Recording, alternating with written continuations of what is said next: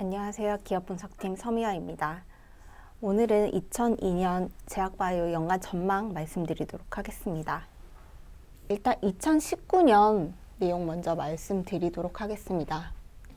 2019년 같은 경우에 다양한 임상 이벤트들이 많이 발생을 하였습니다. 임상 3상 단계에 있었던 신약 파이프라인이 굉장히 많았고 결과 발표도 많았기 때문에 주가 변동성에 많은 영향을 주었다고 볼 수 있습니다. 그럼에도 불구하고 2020년에 포커스해 봐야 될 것은 여전히 R&D라고 생각을 하고 있습니다. 보다 더 현명하게 투자할 수 있는 방법들 좀 생각을 해봤고요. 그리고 마지막으로 좀 특이하게 질환별 내년에 관심을 받을 수 있는 치료제, 희귀질환 치료제, 신경계 질환 치료제 말씀드리도록 하겠습니다. 보시다시피 지금 수익률, 연초 대비 수익률 거의 24% 마이너스인 상황입니다. 코스피, 코스닥 대비 여전히 언더퍼폼 하고 있는 상황입니다.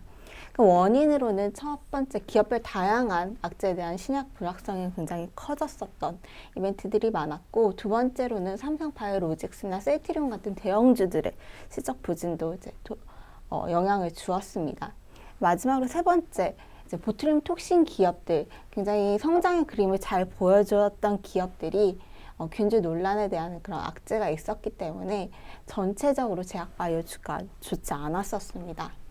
그림에서 보시다시피 2019년 8월 기점으로 해서 주가가 굉장히 많이 빠졌었고, 그 이후부터 다시 조금씩 회복하고 있는 국면이 아닐까라고 생각을 하고 있습니다.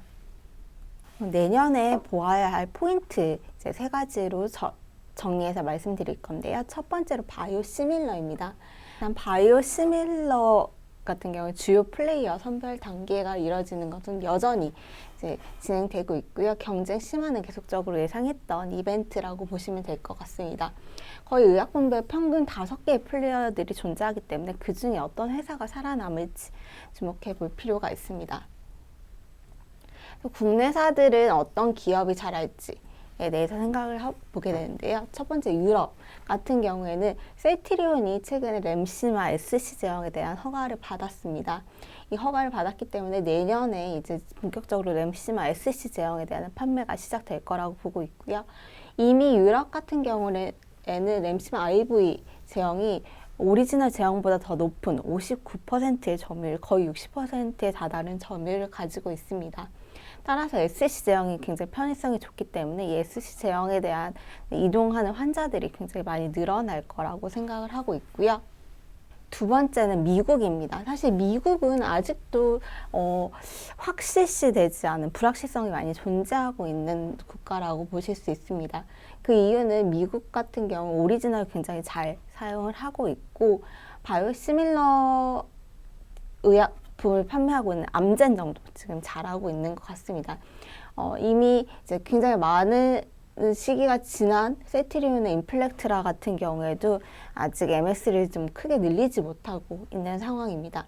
하지만 좀 긍정적인 요소를 보고 있는 것은 미국 사보험사 중 하나인 유나이트 헬스케어, 여기 선호의약품으로 10월부터 등재가 됐습니다.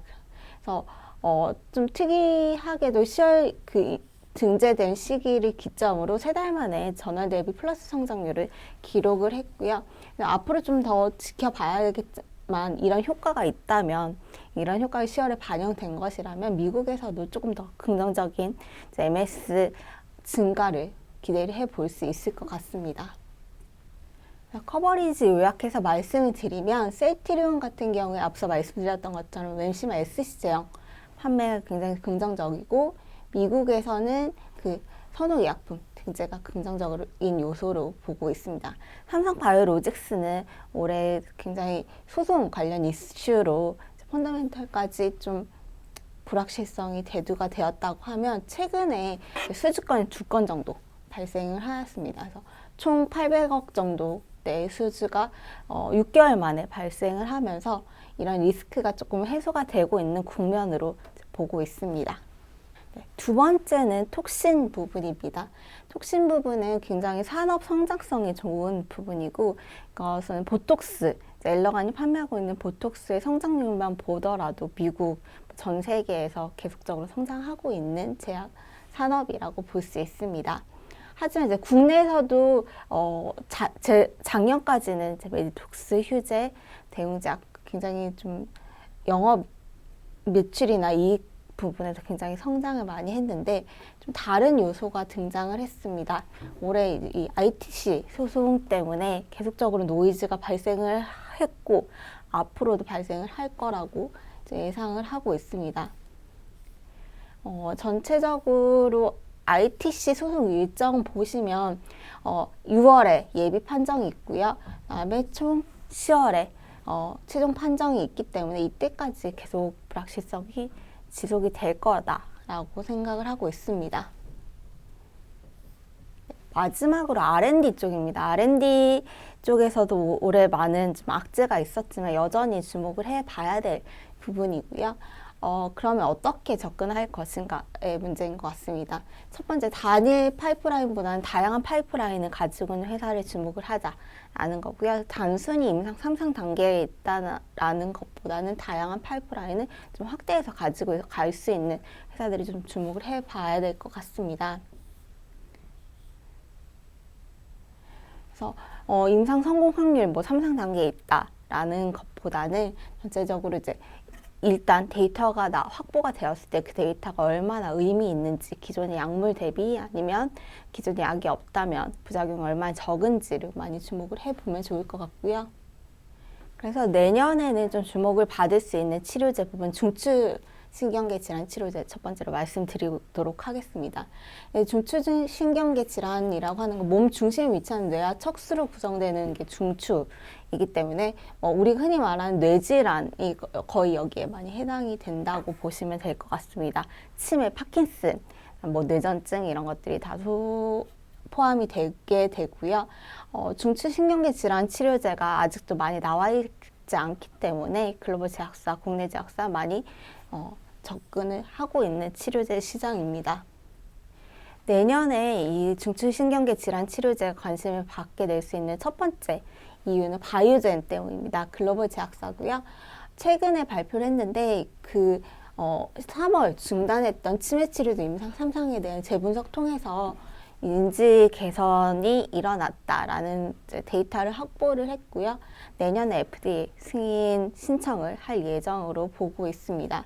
그렇기 때문에 내년에 치매 치료제에 대한 관심이 계속 늘어날 것으로 판단하고 있습니다. 뿐만 아니라 이제 국내 이벤트도 생각을 할 수 있는데요. 내년에 국내 SK 바이오팜 상장이 예정되어 있고 또 최근에 있었던 이벤트입니다. SK 케미칼이 패치제, 치매 패치제인데요. SID 710에 대한 FDA 허가를 받으면서 전체적으로 치매 치료제 개발 기업에 대한 관심이 조금 더 증가를 하고 있습니다. 두 번째는 희귀질환 치료제입니다. 희귀질환 치료제 같은 경우에는 굉장히 약가가 높기 때문에 그런 이익성이 굉장히 좋은 치료제입니다. 환자 수는 당연히 적지만 그 약가 때문에 그런 모든 전체적인 매출을 커버할 수 있는 치료제라고 보실 수 있을 것 같고요. 작년 그리고 재작년 굉장히 대규모의 70조, 83조의 딜이 다 여기서 나왔습니다. 샤이와 셀진 기술 규모가 83조, 70조의 규모로 M&A가 됐고요. 얼만큼 글로벌 제약사들이 희귀질환 치료제에 관심을 갖는지 보여줄 수 있는 예였다고 생각할 수 있습니다. 국내에도 희귀질환 치료제에 대해서 관심을 가지고 있는 기업들이 있습니다. 커버리지 기업 중에는 한올바이오파마 있고요. 지금 한올바이오파마 같은 경우에 161 파이프라인을 가지고 있습니다. 이 162 파이프라인은 FcRn 저해제라는 기전으로 희귀 자가 면역 질환 치료제 적응증을 확대를 하고 있습니다. 그래서 내년 그레이브스 암병증, 그다음에 2분기 같은 경우 중증 근무력제 임상 이상에 대한 결과 발표를 앞두고 있기 때문에 기대가 많이 모아지고 있는 상황입니다. 한 기업을 더 말씀드리면 이수앱지스 있고요. 이수앱지스 같은 경우에는 카탈리스트 바이오사이언스와 공동 개발 중 혈우병 치료제 임상 이상 결과 발표가 내년 상반기에 있을 예정이고 추가적으로 두경부암 치료제에 대한 항암제 임상을 계속적으로 진행을 하고 있는 상황이라고 보실 수 있을 것 같습니다. 이상으로 연간 전망 다 말씀드렸고요. 경청해 주셔서 감사합니다.